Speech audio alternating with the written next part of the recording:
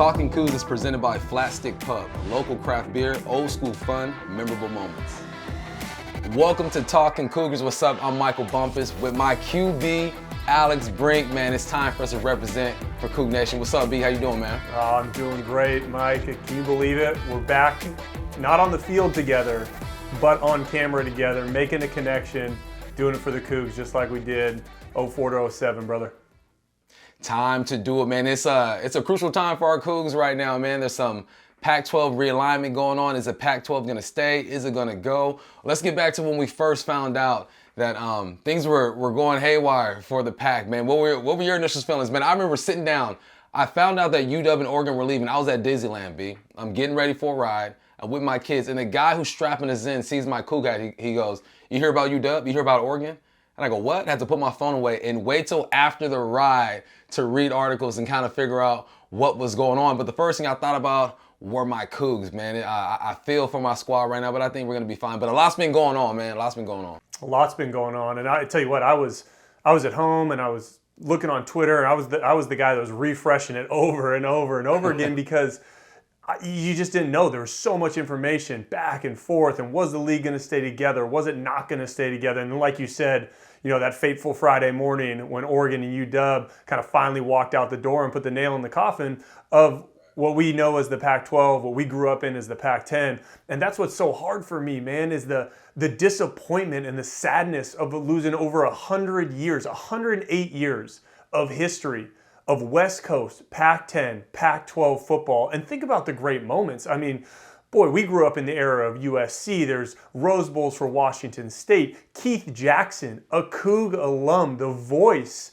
of the Rose Bowl that no longer exists. The Rose Bowl, the Big Ten, the Pac-10, Pac-12 does not exist anymore as we know it. And that is so sad to me that it was blown up over, frankly, the money, as we all understand it, and the networks. But in the end, to me, this was all going to consolidate in 6 or 8 years anyway, and these teams running out the door for numbers that weren't that big. And that's what's frustrating to me is I think the leadership could have held this together, kept 10 schools together, and kept what we know of Pac-10 football and West Coast Pac football together. And that to me is what's so hard, right? Yeah, man, it was sad. You know, you talk about over 100 years of tradition, and you know, selfishly, I go back to early 2000s, right? When I first started really locking in because I knew I was going to play in the Pac, and I'm thinking about SC's dominance. And then we get in the Pac, I think of Marshawn Lynch, Deshaun Jackson, Matt Leinart, just all across the league, there was a plethora of talent. And after you get past like the 2010s, there was like a dark ages for the Pac-12, and then you start to see a resurgence in right when you think that, okay, look, we have a conference full of quarterbacks. It's going to be a great few years. This starts to happen. And I think you're right, B. It starts with leadership up top. And I felt like the Cougs, Oregon State, Cal, Stanford, we were all abandoned. We didn't have a seat at the table, and all these higher-ups were making these decisions, and now we're left to pick up all the pieces. But there's a few things I know about the Cougs, man. We're going to be all right. We're gonna show up. We're going to support, and we'll be fine. And the thing that gets to me is that the perception of the Cougs isn't accurate across the nation. You think of Washington State, you think, oh, it's a small town. No one's going to the games. No one's watching them play. And you and I know that's far from true. If you look at the numbers across the league when it comes to network television, when the Cougs are on TV, guys are watching, girls are watching, kids are watching from Vegas to Chicago to New York. Anywhere you go, there's a Coug Nation. So whatever happens with the Cougs, I think will be okay. But I think the perception of the Cougs is all jacked up. Right, and that's what gets me. I mean, Washington State, you turn on game day, and what do you see, Bump? What do you see? Everywhere. You see the Coug flag. And it's been flying for years on years on years. This is not, Washington State is not a program that should be left by the wayside. I think we all understand that, and that's probably where the frustration is, sitting here today. And that all may change soon. And you think about what is the best fit for Washington State moving forward. That's really, right, what we got to figure out. We can lament about the Pac. I mean, we're going to, right? As a kid from Culver City and a kid from Eugene, Oregon, we're going to lament about the Pac. But, does have to be a step forward for Washington State. And I wonder what that is. For me, right, I think Washington State is through and through a Big 12 school when you think about it. Land-grant university. This is Oklahoma State. This is Kansas State, right? It fits so well in that league. Like you said, viewership numbers. Top 4 in the Pac in viewership numbers. people are watching Washington State, and I think that would be a great fit. And I wonder if those higher-ups you talked about can piece it together. In the end, Washington State deserves to be a Power 5 school. And I wonder, from your standpoint, how you see that fit for Washington State and where they end up. Yeah, I'm with you there. I think Big 10, Big 12, someone can pick this school up and find a diamond in the rough. Because I think for the rest of the country, that's what Washington State is. No one really knows about it. We got the best logo in the game, but no one really knows what Washington State really is. And I think once people or these conferences understand our story and who we are, what we bring to the table, we'll be a bit more attractive. What I don't want to happen is go to a smaller conference and not be in a Power 5 and not have that automatic bid if they were to have a season to contend for the college football playoffs. I think that Washington State deserves that. If you look at just the programs across the board, the women's basketball team won the Pac12 championship this year. WSU's track team is competitive every single year. You might not be competitive up to top to bottom, but you have athletes all throughout that program that are going to compete. The women's soccer team has been doing great this year. Yeah, and then you look at the football team, the resurgent volleyball, right? And then you look at the resurgence of the football team. Jake Dicker taking these kids to Wisconsin and getting it done over there, almost beating Oregon. Washington State is not a university you can just sleep on. There are some universities out there where you can just mark it up, okay, that's a win, but that's just not what it is. So I'm hoping that, and I think that I'm with you, that they deserve to be in a Power 5 conference to just continue this tradition of playing some good ball. Yeah, and in the end, I really just hope that, for the Cougs, the team can stay focused through all of this turmoil as you head into this 2023 season and come out with the victories and the competitiveness that Washington State brings to the table. All right, Coug Nation, we're just getting started. We got a lot to talk about. We're going to talk about the leader of this football team, Cam Ward. That's coming up next.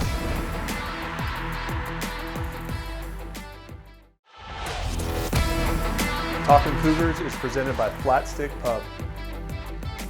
Time for Talkin' Numbers, presented by Cross Country Mortgage, where every mortgage feels like a win.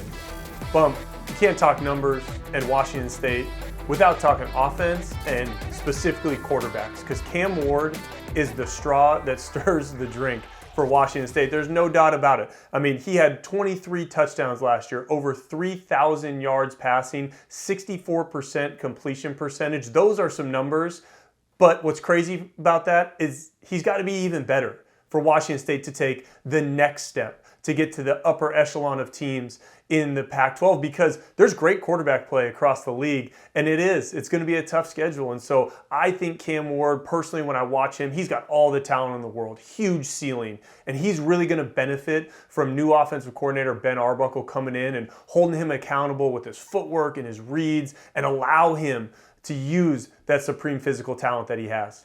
Man, we got an Arbuckle. He's young, B. He's young.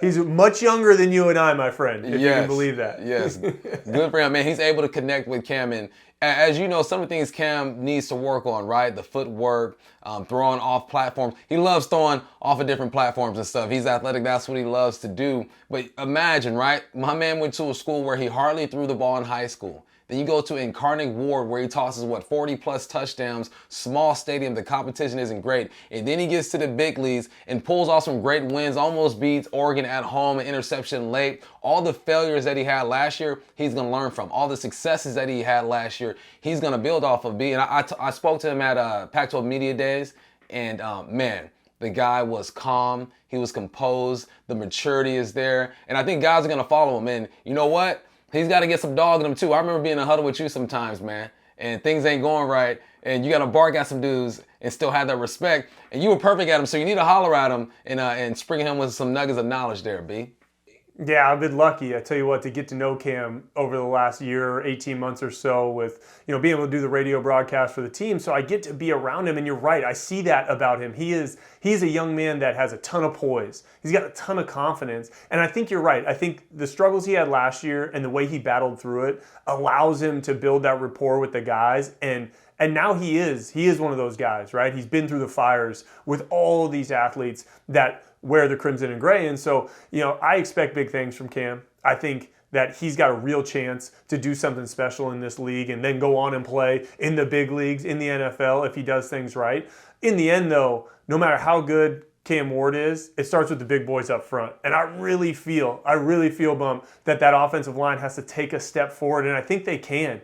I tell you what, Clay McGuire, the offensive line coach, he was with Washington State with Mike Leach, then he goes to USC, and then he comes back now to Washington State. He is a huge addition last year and coming into year 2 of helping that offensive line get better. But that offensive line has to improve because they were one of the worst in the nation in sacks given up. And I think between Cam and the offensive line being better, that can definitely bring that sack number down, and that's going to be a huge difference. Yeah, I feel you with that offensive line, man. It's all about the big boys. If you don't have the big boys, it's 7-on-7, and that ain't real football. It's fun to watch, but that's not real football. You need the dogs up front. And you're right, there's a lot of young guys on that offensive line as well, mixed with some veterans in there, but a lot of young guys. So it's all about having a cohesive unit. My coach used to tell me in high school, goes, look, man, I need a nickel, not 5 pennies on that offensive line. These dudes need to work together. But you know who I'm going to talk about, B?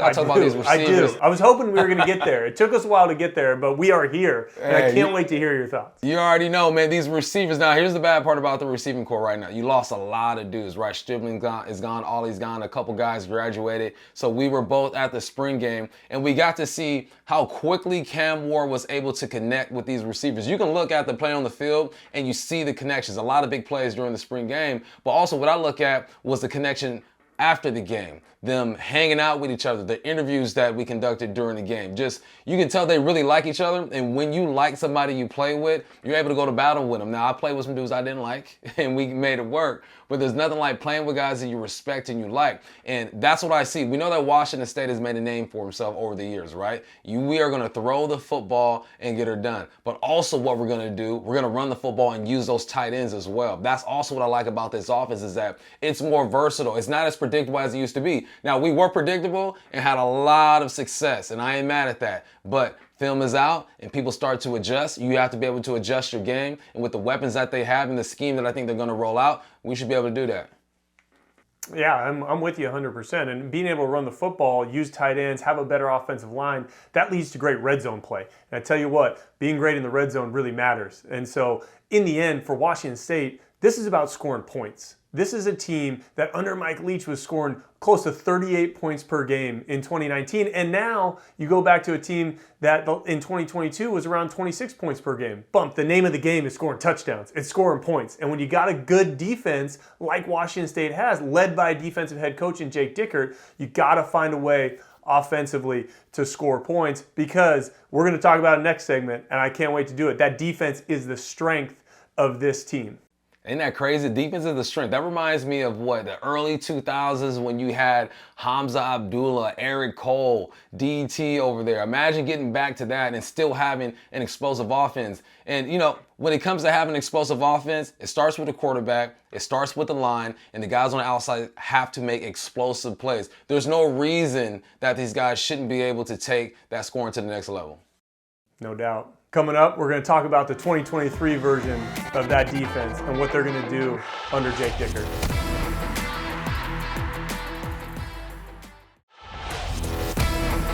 Talkin Cougars is presented by Flat Stick Pub. Let's take a look at our Coug Spotlight presented by Coug First. Think Coug First for products, services, and hiring. All right, Brink, we talked about this offense, but like you mentioned, it's all about the defense. Jake Dickert is a defensive mind.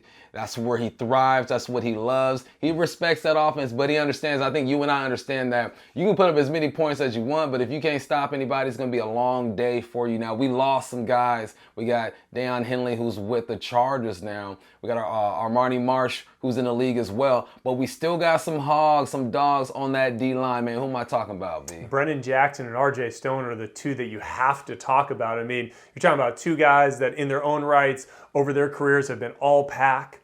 They've been double digits with sacks and TFLs. I mean, they are guys that really can make a difference. And you keep going down that line, you're too deep. Quinn Roth, Andrew Edson, and you keep going down and down. This team's built on their rush ends, and they can get after the passer. And on the back end, they have some special players too. So when you got good rush guys and solid defensive backs, that makes it really hard for an offense, especially in a pass-heavy league like the Pac-12. Yeah, man, you talk about the quarterbacks in this league. You got the Heisman Trophy winner in this league. You got Bo Nix, who bounced back from a horrible start playing against Georgia. You got Jaden Delore in this league as well. You're going to have to get after the quarterback. When you think about West Coast football, at least in my opinion, you think about throwing the football, spreading it out, and the quarterbacks. So yeah, you're right, man. You got to have guys on the line that make these quarterbacks step up in the pocket and make tough plays. Back in our day, who was probably the toughest defensive line you played against? Oh man, some of those USC defensive linemen. Do you remember that? Kenechi Udeze, Mike Patterson. I mean, that was, man. We played against some incredible defense. We played against Haloti Ngata at Oregon. That's how old we are, Bump. You know, I mean, we saw some good defensive players, and for Washington State, again, it starts on that defensive line. You talked about it though, the loss of a guy like Deion Henley, the loss of a veteran Armani Marsh at the nickel, and then on top of that, you lose Francisco Malangoa, who transfers to Miami. You lose Travion Brown, who transfers as well. That's 3 linebackers and your nickel off the second level of that defense. That's where I'm concerned about this defense. They have to replace that middle of the defense and find the linebackers, whether it's through transfer portal, which they did, and brought guys in, or guys on the roster. They got to find a way to shore up the second level of that defense. Yeah, the second level is going to be huge because we expect them to get pressure on the quarterback with Jackson and with RJ. So once they get that quarterback and force these quarterbacks to throw the football up, you got to take it out the air. Now it's all about taking the football from the offense. Last year, Washington State was one of the best at doing that, causing turnovers and causing havoc, especially the year before as well. So I think it's weird to talk about Washington State and highlight their defense when over the past 10 years, it's been all about the offense. But I think that's the recipe for success, especially for a university that's not going to get all the 5 stars. It has to compete this year at least with USC and the Oregons and the UWs that have all the explosive players. You got to make life hard for these guys. It starts with the dogs and then it ends with the 25s and the small digit numbers on the back end. But I love the way that Jake Dickert is preparing this team. We were both there for spring, like I mentioned before, and they're going to be fast. They know who they are. And as a defense or offense, you got to know who you are and play to your strengths. They're going to do exactly that. No doubt, Bump. And I'm looking to dive into the schedule coming up after the break.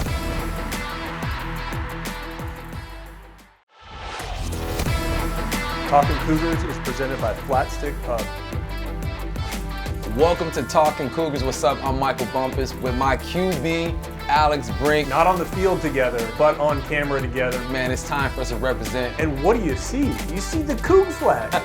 And it's been flying. We still got some hogs, some dogs. And I can't wait to hear your thoughts. Look, man, I need a nickel, not 5 pennies. Doing it for the Cougs just like we did 04 to 07, brother. That's where he thrives. That's what he loves. Took us a while to get there, but we are here.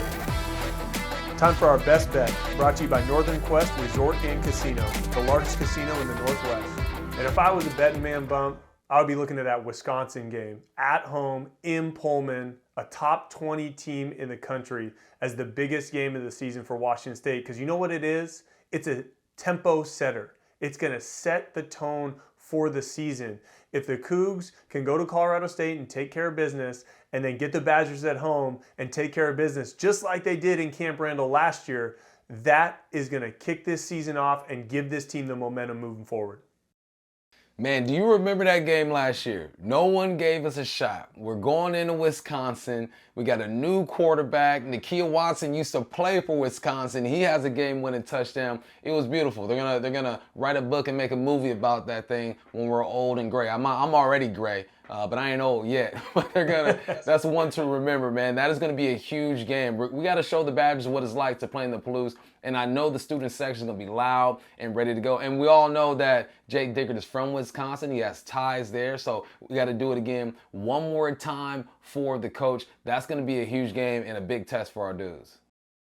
Yeah, and you look at the rest of the season, I mean, there's some tough games in there. One of those games being what I would call a trap game down at UCLA in the Rose Bowl. You know all about that atmosphere. From my standpoint, Cougs haven't played the Bruins since 2019. That 67-63 loss in Pullman, that was a heartbreaker.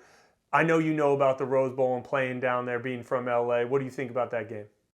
Yeah, man, I grew up about 15 minutes from UCLA. I actually wanted to go to UCLA when I was growing up, and then I made a little switch there. But let me tell you about the Rose Bowl. When we were coming up, when we used to play UCLA, that thing was almost to capacity. Now it holds like 100,000 people, so I don't expect people in LA to show up in that big of a number. But as of late, the atmosphere has been so dead. I went down there when they played University of South Alabama. There was nobody there, so the Cougars are going to have to rely on themselves. But here's also the thing about playing at UCLA. We will travel to that game. Coug Nation is going to show up. The field's going to look nice on TV, but you and I know, man, that field is jacked up when you're out actually on the turf and on the field. So I think that is a trap game. You got to bring your own juice. And what does Coach Dicker say? Man, you can't be juiceless, right? You got to bring that juice. He's all about bringing the juice. So get hyped, but that's who we are. We rely on ourselves to get ourselves going. And it's going to be a fun game, but you're right, man. You start off quick with Wisconsin, and the trap game has to be UCLA.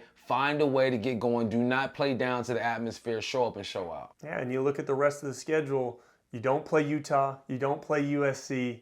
Right? You got some tough ones, Oregon, UW, both on the road, but there's some opportunity here for Washington State to make some noise. You also get Oregon State, a top 20 team at home early. And so I really feel like for the Cougs, there's a chance with that defense, Cam Ward, like we talked about, some of the experience on offense. There's some chance to make some noise in this Pac-12. And I don't think people are talking about Washington State right now in week 0, but I do think they'll be talking about them soon, early in the season. It was a great show. We're just getting started, but if you want more content, you can hit me up on Twitter at Michael Bumpus 5. Also, I'm on radio every day, Monday through Friday, 10 a.m. to 2 p.m. on Seattle Sports. It's the Bump and Stacy Show. Coug Nation, let's have a good season. Brink to Bumpus, baby. We are back.